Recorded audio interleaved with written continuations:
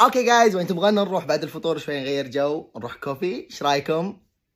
بلا كافيهات بلا هم، انتي من صدق تتكلمين سحيلة.